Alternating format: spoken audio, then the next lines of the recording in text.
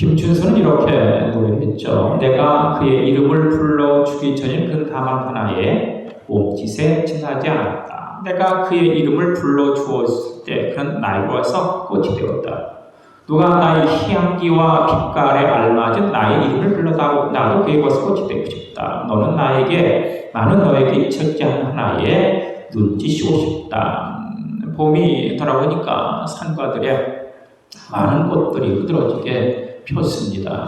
하지만 그 꽃들 그냥 무관심, 아무런 어떤 시선과 안목을 주지 아니하면 잡초에 불과하죠. 그런데 그 꽃을 오래 보고 자세히 보면, 그래서 이름을 불러주면 그 꽃은 개나리, 진달래, 벚꽃, 매화가 돼서 우리에게 다가오는 것을 볼 수 있지 않습니까? 아브라함을 하나님이 부르셨죠. 너는 본토 친척 아비집을 떠난 데가 되기 땅으로 가라. 내가 너 큰 민족을 이루고 내게 복을 주어주면 창대케 하니 너는 복의 근원이 될지라. 너를 축복하는 자에게 내가 복을 내리고 너를 저주하니 저주하니 너로 말미암으니 복을 얻을 것이다. 아브라함이 복의 근원으로 부름을 받았습니다. 하나님께서 아브라함을 복의 근원으로 그의 이름을 불러주셨죠. 바로 오늘 본문의 내용, 중보기도하는 복의 근원의 내용이 나와 있습니다. 복의 근원은 내 교회, 내 교우, 내 이웃의 고통과 문제를 구경만 하는 것이 아니라 함께 아파하고 함께 책임을 지며 살아갑니다. 그래서 기도하는 복의 근원 아니겠습니까? 시대가 청년들이 희망이 없고 서민 경제가 어렵고 고통스러운 이때, 이럴 때 진정 그 복의 근원이 너무너무 절실합니다. 미국 초대 대통령 조지 워싱턴이 장군 시절 의회에서 연방군대 창설을 논의할 때 누군가 연방군 수를 3,000명 이내로 우리가 규정합시다, 이런 제안을 합니다. 이에 워싱턴, 그래요? 그럼 미국의 적들도 2,000명 이내여야 한다는 조항을 의결해 주셔야겠네요 라고 말을 하였다고 하죠. 사실 우리를 공격하는 적들이 만만치 않습니다. 사방에서 힘을 합쳐오는 산불처럼 거세고 무지막지하게 우리를 공격하지 않습니까? 만약 우리가 산에서 사방에서 몰려오는 산불을 만났다면 과연 어떻게 대처해야 할까? 그것은 단 하나의 방법밖에 없죠. 맞불 작전뿐입니다. 사단이 불화살을 당기고 유혹의 불길이 나에게 덤벼든다면 기도와 성령의 맞불을 반드시 지켜야죠. 그런데 현실은 이런 화공에 그대로 당한 이들이 너무나도 많이 있다라고 하는 안타까움이 있지 않습니까? 무거운 짐에 짓눌려 신음조차 할 수 없는 사람들, 기도의 입조차 벌릴 수 없는 안타까운 사람들, 영원히 병든 사람들, 마음이 아픈 사람들이 우리 주변에 부지기수입니다. 우리 시대, 우리 교회, 우리 가정에 주신 기도의 능력을 우리가 이때 회복해야 하지 않겠습니까? 붕의 높이는 기도의 깊이만큼 더해지죠. 부흥의 불길은 기도의 불길만큼 커지게 되어져 있습니다. 한 시대, 한 교회, 한 지역의 커다란 부흥 뒤에 늘 기도에 큰 불이 있었다라고 하는 사실을 기독교 역사는 명백하게 우리에게 증거하고 있습니다. 영적인 부흥을 체험하려면 새로운 축복의 전기를 마련하길 간절히 소원한다면 기도의 능력을 반드시 회복해야 합니다. 다양한 기도가 물론 있지만 나 아닌 다른 사람을 위한, 너와 그들을 위한 기도, 일명 도구기도, 일명 중보기도, 일명 중재기도가 우리에게 필요합니다. 내가 잘 먹고 잘 살고 성공하고 출세하는 기도가 아니라 너를 위한, 그들을 위한, 상대방을 위한 기도가 우리에게 필요하다라는 뜻이죠. 그 기도가 충만하여 나를 넘어서 너와 그들 하나님의 사랑의 온 백성들에게 번져간다면 우리가 선 이 삶의 자리가 진정코 아름다운 하나님 나라가 되어지지 않겠습니까? 오늘 본문의 모습은 불붙는 소돔과 고모라 성 앞에서 폭발 직전의 화약과 앞에서 한 손은 하늘을 향해 들고 또 한 손은 인간의 아픈 사연을 붙들고 하나님과 인간 사이에서 중보 기도를 드리고 있는 아브라함의 모습입니다. 중보 기도하고 있는 아브라함의 모습이 한 폭의 흐름으로 연상되지 않습니까? 민족과 나라의 시련과 고통이 있을 때, 사회가 혼란하고 교회가 어려움에 처하여 있을 때, 그래서 교회 비전을 다시 선포해야 한다면 세상과 이웃이 신음하는 모습을 안타까워하면서 우리가 할 수 있고 해야 하는, 할 수밖에 없는 가장 위대한 일, 그것은 바로 중보기도입니다. 이 중보기도, 이것은 절대로 의무가 아니라 나에게, 우리에게 주어진 아주 고귀한 특권입니다.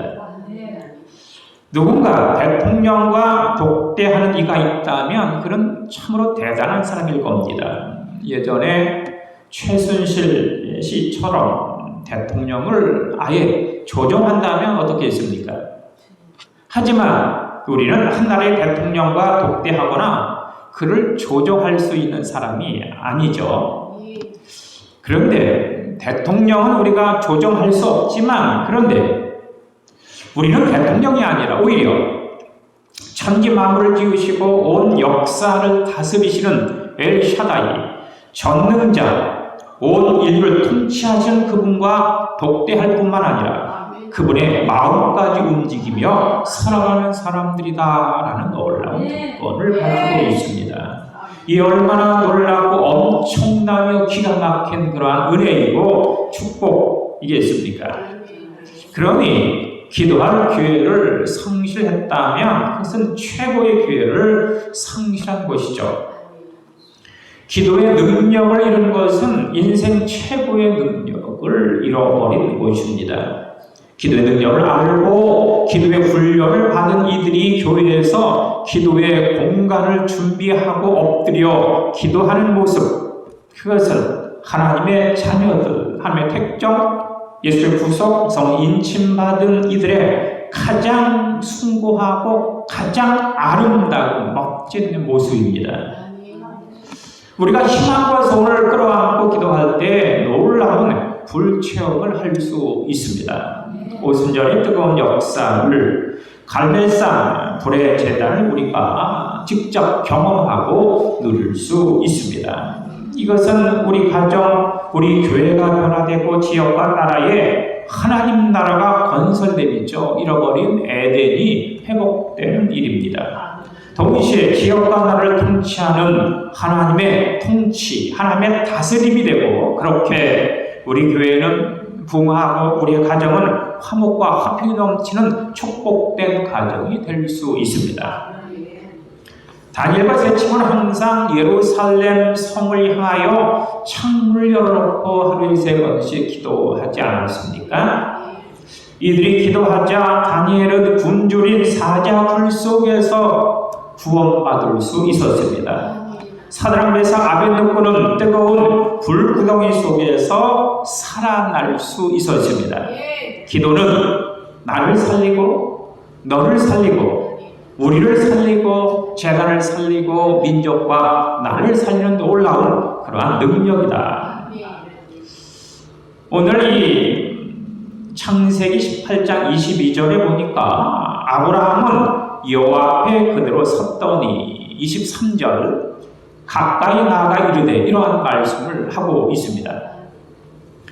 이것은 하나님 앞에 가까이 나와 서 있는 그곳이 바로 기도의 자리다. 응답받는 기도의 선결 조건이다라는 뜻입니다. 일찍 이사야는 이야기합니다. 여호와의 손이 짧아 구원치 못하심이 아니고 귀가 둔하여 듣지 못하심도 아니라 오직 죄악이 너와 너희 하나님 사이에 벽을 만들었기 때문이다 라고 그렇게 지적을 하고 있습니다. 죄는 우리 사이에 벽을 세워서 우리의 기도를 방해하는 것이죠. 하늘 축복의 통로를 막아 버리고 맙니다. 우리가 자꾸 살던 죄를 놓아야 하죠. 이것을 놓아야, 죄를 놓아야 축복을 우리가 꽉 부여잡을 수 있습니다. 내 입술이 죄를 고백해야 비로소 거룩한 입술로 하늘 보좌를 향해 주의 이름을 부를 수 있습니다. 엘샤다이 전능한 하나님 아버지의 이름을 그렇게 외칠 수 있습니다. 야곱 기자는 하나님을 가까이 하면 그가 가까이 하여 주실 것이다. 죄인들아 너희 손을 깨끗이 해라. 두 마음을 푸는 자들아 너희 마음을 성결케 해라 라고 당부하고 있죠. 기도는 거룩한 하나님과 만나 마주보며 대화하는 것입니다. 내가 거룩하니 너희도 거룩해라. 하나님은 나는 하나님을 바라봐야 하는데 하나님과 나 사이에 죄악의 벽이 꽉 막혀 있다면 어떻게 되겠습니까? 그 벽을 허물고 그 벽을 그리스도의 십자가의 보혈로 깨끗하게 무너뜨려야 하지 않겠습니까?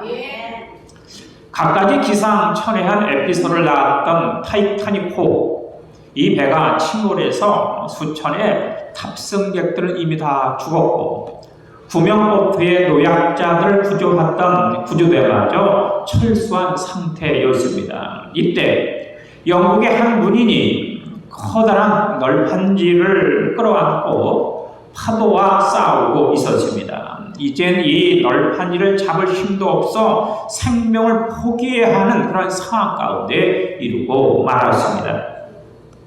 그때 그가 문득 눈을 들어 하늘을 바라보았는데 그 하늘에 비행물체가 지나가다가 이 사람과 눈이 딱 마주쳤죠.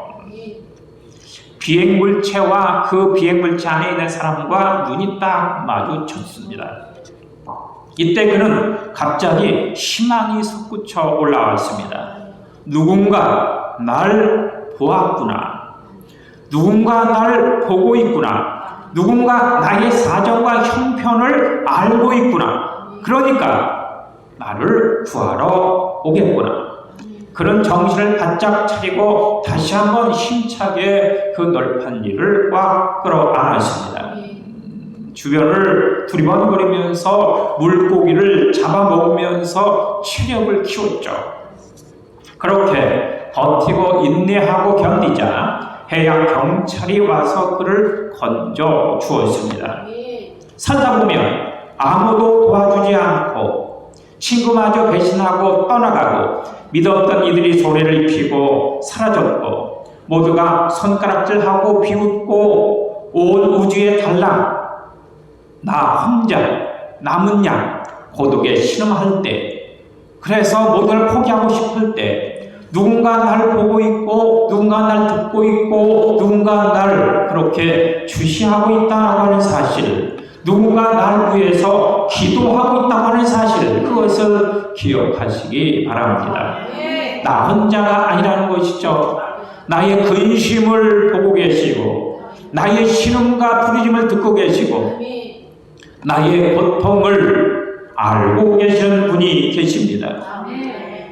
또한 그분에게 간구하는 그러한 기도의 동역자가 있다라고 하는 것, 이것을 우리가 분명히 헤아려야 합니다. 엘샤다이 전능의 하나님이 날 보고 계시고 그 전능의 하나님 위해서 누군가 날 위해 기도하고 있다라고 하는 사실을 분명히 깨닫고 느낀다고 한다면 이는 참으로 놀랍고 감격스러운 신비, 기사와 이적을 만날 수 있는 놀라운 통로가 열려진 것 아니겠습니까? 여러분은 하나님과 함께하는 행복을 아시는지 모르겠습니다. 하나님과 눈을 마주치며 사는 인생의 행복을 우리가 알아야 합니다. 보고 듣고 알고 계시는 그 하나님과 눈이 마주치고 그 하나님과 나와 함께 있다고 하는 임마누엘 놀라운 본능을 우리가 스스로 깨달아야 합니다. 예수님께서 제자를 선택하실 때 그 이유를 말씀하여 주셨습니다. 이에 12를 세우셨으니 이는 자기와 함께 있게 하시고 또 보내사 전도도 하게 하시기 위함이다. 이렇게 말씀하고 있습니다. 예수님께서 12명의 제자를 세우신 까닭 예수님과 함께 있게 하기 위해서, 또 하나는 보내서 전도하기 위해서. 첫째 목적, 함께 하는 것, 동행하는 것, 같이 하는 것, 임마누엘 하는 것. 마리아에게 천사가 이야기합니다.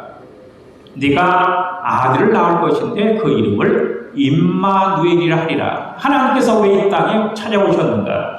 하나님이 왜 이 땅에 하늘 보좌를 버리시고 육신을 입고 이 땅에 태어나셔야 했는가? 그 까닭 임마누엘이라고 하는 것이죠. 하나님의 소원, 나는 너와 함께 하고 싶구나. 나는 너희와 동행하고 싶구나. 나는 너희와 함께 동고동락하고 싶구나 라고 하는 것이 바로 하나님의 목적이죠.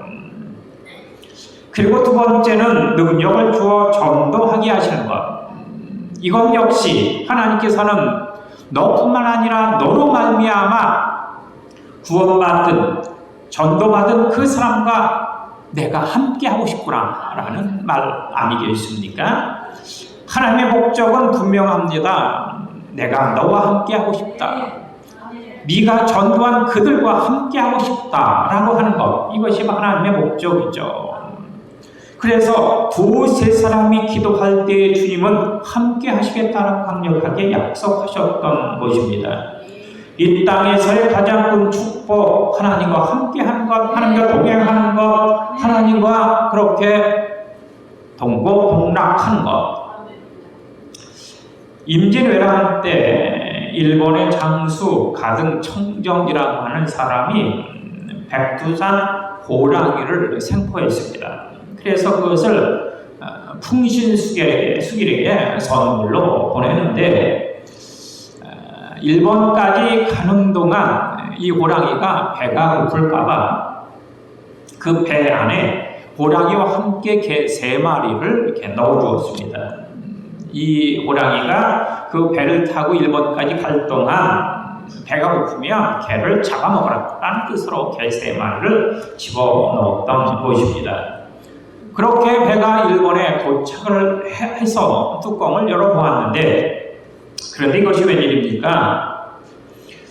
그 배에 있는 그런 어떤 그 우리를 열어보았더니 그 우리 속에 개가 죽어 있는 것이 아니라 오히려 호랑이가 죽어 있었다라고 하는 것입니다. 바로 이 개가 어떤 개냐? 풍산개입니다. 풍산개 3마리가 호랑이와 싸워 승리하는 것이죠. 삶의 보금자리인 가정의 위기가 왔을 때 온 가족이 함께 더불어 같이 기도한다면 능히 충분히 거뜬히 그 문제를 물어뜯고 그 위기를, 그 아픔을, 그 역경을 반드시 넘을 수 있습니다. 함께 더불어 같이 온 가족이 함께 한다면 하나님께서 동행할 것이고 역사할 것이고 그 위기는 아무런 문제가 되어지지를 않는 것이죠. 개 3마리가 호랑이와 싸워 승리하듯이 말입니다. 사실 맹수 앞에서 개는 마을에 반경 한 1km 내에 호랑이가 떴다라고 한다면 그 기세에 눌려서 개들은 지지조차 못한다고 합니다. 하지만 사냥개는 다르지 않습니까? 사냥개는 무조건 그 맹수를 향해서 달려오는 것을 볼 수 있습니다. 왜 그럴까? 그 뒤에 사냥꾼이 있기 때문에, 자기 주인이 있기 때문에 그 주인을 믿고 맹수에게 달려드는 것이죠.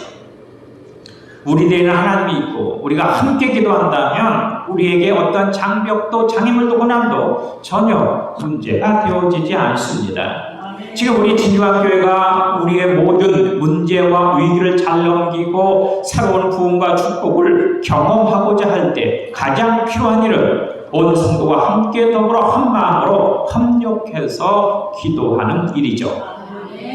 먼저 무엇보다 정말 진짜 예배를 살려야 합니다. 특별히 주일 예배만이라도 우리가 살려야 하지 않겠습니까? 주일 예배조차 드리지 않는다면 어찌 성도여 하나님의 자녀이고 진주왕의 가족일 수 있겠습니까? 예배로 우리가 하나님을 만나고 말씀을 받아 사명을 감당해야 합니다. 예배가 우선이죠. 예배가 생명입니다. 예배가 정체성이요. 예배가 뿌리입니다. 예배가 축복이고 예배가 은혜의 놀라운 그러한 줄이다, 통로다 하는 사실을 우리가 분명히 인식해야 합니다. 두 번째는 석회를 활성화시키는 일입니다. 예배를 통해서 하나님을 만나고 석회를 통해서 하나님을 만난 이들을 만나야 합니다. 친구, 가족, 위로자, 공감자, 소통자, 동역자를 우리가 석회를 통해서 만나야 하지 않겠습니까? 그래서 형편, 처지, 입장, 환경, 기도를 함께 공유하는 것이 중요합니다. 공유한다라고 하는 건 요즘은 인터넷 시대이기 때문에 전 세계가 모두 함께 공유하는 그런 시대가 되어 있습니다. 우리는 바로 하나님을 만난 사람과 함께 모든 것을 공유할 수 있어야 합니다. 형편, 처지, 입장, 환경, 문제, 염려, 근심, 걱정 그 모든 것을 공유할 때 그 모든 것이 깨끗하게 풀어지는 능력의 역사가 나타나게 되어져 있습니다. 두세 사람이 내 이름으로 모여 기도하는 그곳에 내가 함께 하겠다라고 주님은 약속하여 주셨습니다. 세 번째는 교회 부흥, 가정, 화목, 평안, 일터와 기업을 위한 중보 기도가 무엇보다 필요하죠. 그래서 복받고 건강하고 성부의 능력을 나타내어 널리 간증할 수 있어야 합니다. 본문은 기도의 태도를 우리에게 가르쳐주고 있습니다. 27절 아브라함은 나는 티끌이나 재와 같사오나 감히 주께 아뢰나이다 이렇게 기도하고 있죠. 하나님 앞에 우리는 참으로 보잘것 없는 티끌 같은 존재임을 고백하지 않을 수 없습니다. 이 고백 없이 기도의 자리에 어찌 설 수 있겠습니까? 기도하지 않으면 교만의 질병에 걸린 것입니다. 자만의 병마에 사로잡힌 것입니다. 하나님 없이 살 수 있고 하나님 없이 할 수 있다는 불치병에 걸리고 만 것이죠. 그리고 27절 후반부 감히 주께 아뢰옵니다. 감히 31절도 감히라고 하는 말을 사용하고 있죠. 나는 죄인이기 때문에 용서가 필요한 존재 아닙니까? 나는 연약하기 때문에 가신 분의 그 도움이 필요한 존재가 나 아닙니까? 티끌처럼 무력하기에 강철 같은 하나님의 도움이 반드시 필요한 사람이 바로 나다. 난 할 수 없으니 할 수 있는 하나님 도움이 필요합니다. 그래서 감히 입술을 열어 기도합니다. 함께 해달라고 감히 하나님 앞에 바로 이 감히 요청하고 바라고 투쟁하는 것, 투정하는 것 이것이 바로 자녀의 특권 아니겠습니까? 자녀들은 감히 엄청난 죄악과 범죄와 부모를 향한 엄청난 일을 저지르고도 감히 하나님 부모에게 당당하게 요구하는 모습을 볼 수 있는데 우리 역시 감히 하나님 앞에 요구할 수 있죠. 왜? 우리가 하나님의 택정, 예수님의 구속, 성령 인침받은 주의 자녀, 백성 일꾼이기 때문에 감히 그렇게 아뢰는 부르짖는 요구하는 특권을 가지고 있는 것입니다. 그리고 아브라함이 소돔성을 위해서 기도했습니다. 지금까지 이 소돔성 아브라함에게는 전혀 무관심의 대상이었습니다. 어떤 권리나 책임도 하나도 없었죠. 그런데 그럼에도 불구하고 이 아브라함 하나님 이 성을 사해 주십시오. 사랑하는 백성들이 있는데 이 성을 용서해 주셔야지요 라고 기도하고 있습니다. 오늘 우리 신앙인들의 문제가 바로 이 무감각에 있습니다. 사랑의 반대는 미움이나 추모가 아니라 무감각 이런 것으로 이해하지 않습니까? 죄로 인해 쓰러지고 넘어지는 세상을 보고 있으면서도 안타까움이 없고 무너져가는 이 현실을 바라보고 있으면서도 영적인 감각이 없습니다. 영적인 위기나 의식이 전혀 없습니다. 사단의 불화살에 맞아 실험하는 내 이웃들을 바라보면서도 전혀 아파하지 않습니다. 조카 롯은 환경적으로 그럴 때 보이는 소돔과 고모라 땅으로 갔다가 엄청난 큰 위기를 만났습니다. 하지만 아브라함은 삼촌을 무시하고 저 좋은 길만 찾아가더니 꼴 좋다. 눈에 보이는 대로 저 환경을 욕심내더니 결과 그거냐? 라고 그렇게 하지 않았습니다. 자신의 의의를 드러낸 적도 없습니다. 이것이 바로 중보 기도자의 자세라고 하는 것이죠. 조카 롯으로 말미암아 자기를 버리고 간 그 조카로 말미암아 이 소돔과 고모라 성에 관심을 갖게 되고 그 소돔과 고모라 성을 위해서 기도하는 진정한 중보 기도자로 이 아브라함이 우뚝 서고 있는 것입니다. 여기서 더 중요한 것, 아브라함은 결코 자기 조카 롯만을 위해서 기도한 것이 아니었다고 하는 것이죠. 아브라함은 의인 50, 의인 45, 의인 40, 온 성을 위해서 그렇게 간절하게 부르짖어 기도하고 있습니다. 한 걸음 더 나아가 내게 상처를 주는 사람, 도무지 용서할 수 없는 사람, 결정적 손해를 준 이의 이름을 부르면서 용서를 선포하고 그를 위해서 기도해야 한다라고 하는 것이죠. 그래야 우리가 주의 택정 구속 인침받은 주의 자녀 백성 일꾼 아니겠습니까? 욥기를 보면 1장에서 42장까지 욥에게 얼마나 아픈 고통과 어떤 상처와 끔찍한 일들이 일어나는지 모르죠. 10명의 자녀가 모두 죽었습니다. 모든 재산이 다 날아가고 말았습니다. 아내는 원망하고 저주하죠. 친구들은 위로한답시고 그의 가슴을 난도질합니다. 온몸에서 엄청난 그런 그 진물이 이렇게 막 나오고 있고 온몸이 얼마나 가려운지 기와장으로 북북 몸을 긁어야 하고 잿더미에서 엄청나게 나오는 그 진물과 고름을 빨아내기 위해서 몸을 뒹굴어야 하는 그런 상태에 놓여 있습니다. 이 고통이 42장에 걸쳐서 흘러 넘치고 있습니다. 그런데 42장 10절을 보니까 욥기 40장 10절을 보니까 욥이 그의 친구들을 위하여 기도했다라는 말씀이 나오죠. 이렇게 욥이 그의 친구들을 위해서 기도했다라고 하는 다음부터 엄청난 일들이 일어나고 있습니다. 그의 친구들을 위해서 욥이 기도하자 여호와께서 욥의 공경을 돌이키셨다. 이렇게 욥기서가 증언을 하고 있습니다. 욥의 고난이 떠나간 이유, 까닭, 친구들을 용서하고 그들 위해서 중보 기도하기 시작하기 하였기 때문이다. 이렇게 말씀하는 것을 우리가 볼 수가 있습니다. 용서하고 중보 기도하자 고통과 아픔과 질병이 떠나갔다라고 하는 것. 그 다음에 프레명은 이전의 모든 소유보다 갑절을 받았다라고 나오고 있습니다. 우리 욥이 갑절의 축복을 받았다라는 사실을 잘 알고 있는데 중보 기도를 했다라고 하는 것은 간과하고 있습니다. 용서하고 중보 기도하니까 그에게 복이 임했다. 이전보다 2배의 복이 임했다라고 하는 것.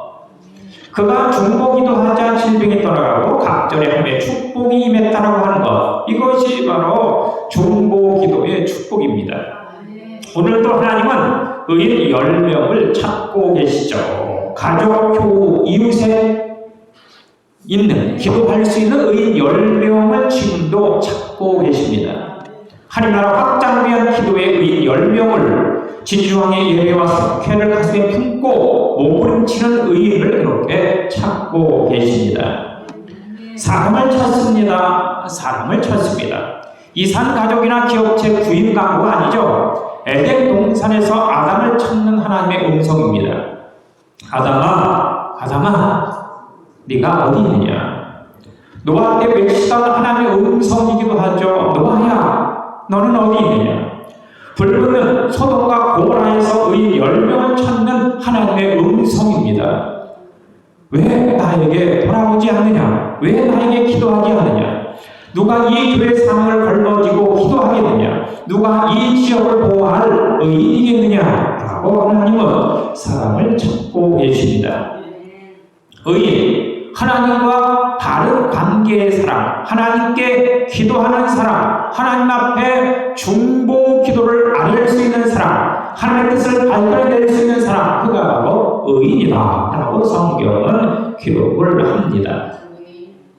26절 하나님은 그 의인으로 용서하시겠다라고 말씀하여 주셨습니다. 소돔과 고모라 사람들, 정치가, 군인, 교육자, 경제인들 이런 사람들이 민족의 운명을 지킨다라고 생각할 것이죠. 하지만 하나님께서는 내가 이 성의 심판을 유보하는 것은 기도하는 의인 10명 때문이다 이렇게 말씀하여 주십니다. 야곱 때문에 라반의 집에 복이 임하지 않습니까? 요셉 때문에 보디발의 집에 화평이 임합니다. 바울 때문에 276명이 침몰한 뱃속에서 구원함을 받습니다. 자학해야죠. 나 하나로 내 가정이 망할 수도 있고 화목할 수도 있고, 나 하나로 우리 교회가 부흥할 수도 있고 칭찬할 수도 있고, 나 하나로 이 도시가 하나님의 도성이 될 수도 있고 그렇지 못할 수도 있고, 사단의 경관치를 팔 수도 있고 멸망당할 수도 있고 라고 하는 사실, 이것을 우리가 분명히 인식해야 하지 않을까요?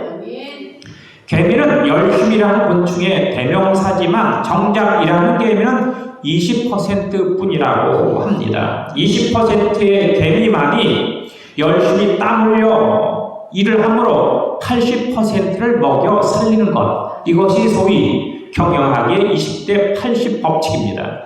국내 총 생산량 80%가 20%의 사람들에 의해서 생산된다고 하는 것, 신음하는 80%를 살려낼 중보 기도자들, 쓰러져 고통당하는 이들을 건져낼 수 있는 사람들, 아픈 상처에 울부짖는 이들을 위로할 20%의 역군을 어떻게 확보하느냐라고 하는 것, 이것이 바로 교회가 부흥하고 나라가 성장하는 하나의 어떤 가늠자가 되어진다.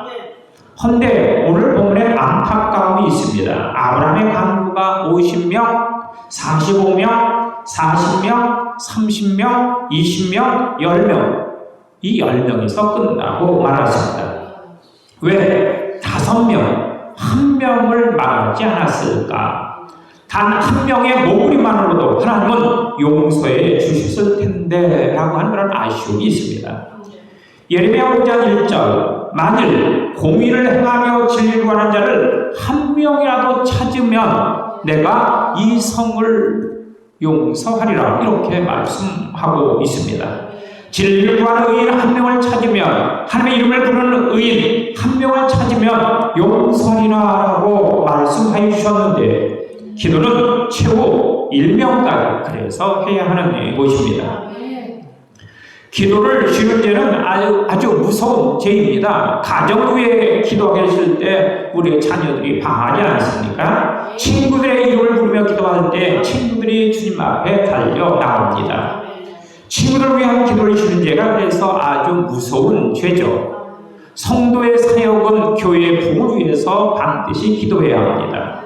아브라함의 기도의 것, 그것이 소돔의 종말이었습니다. 우리가 나라와 민족을 위한 기도를 멈출 때 그것은 하늘 축복의 끝이죠. 성경은 우리를 왕같은 제사장 이렇게 지칭을 합니다. 우리 모두가 하늘과 땅의 연결자, 통로, 사닥다리 아닙니까? 기도로 왕국하고 기도로 하나님의 통치와 다스리심 가운데 참여할 수 있습니다. 6.25 때 UN 안전보장 이사회에서 한국에 파병을 할 것인가 라는 그런 어떤 회의가 열렸습니다. 근데 이때 소련, 한국에 유엔에서 파병하는 일을 반대한다 라고 하는 그런 안건을 가지고 이 안전보장 이사회에 참석하려고 하였습니다. 근데 막상 안전보장 이사회가 열리는 그 자리에 소련은 참석할 수 없었습니다. 소련 대표가 이곳으로 오다가 그만 교통사고를 당했기 때문이죠. 이 일로 결국 이 대한민국의 유엔군이 파병되었고 그렇게 전쟁이 진행되어 나가는 것입니다. 그런데 어떻게 이 유엔 안전보장이사회가 한국의 파병을 결정할 수 있었을까? 그것은 총에 맞아 피 흘리던 한 명의 무명용사, 도망치던 한 명의 피난민, 토굴에서 숨지던 한 명이 기도했기에 가능한 일 아니었겠습니까? 즉 그 한 명이 유엔 안전보장이사회의 회원이었던 것입니다. 우리가 윤석열, 김정은, 바이든, 기시다, 시진핑, 푸틴을 위해서 기도한다면 우리는 한국, 북한, 미국, 일본, 중국, 러시아 그 정치에 내정 간섭을 하는 것입니다. 이 얼마나 놀라운 특권입니까?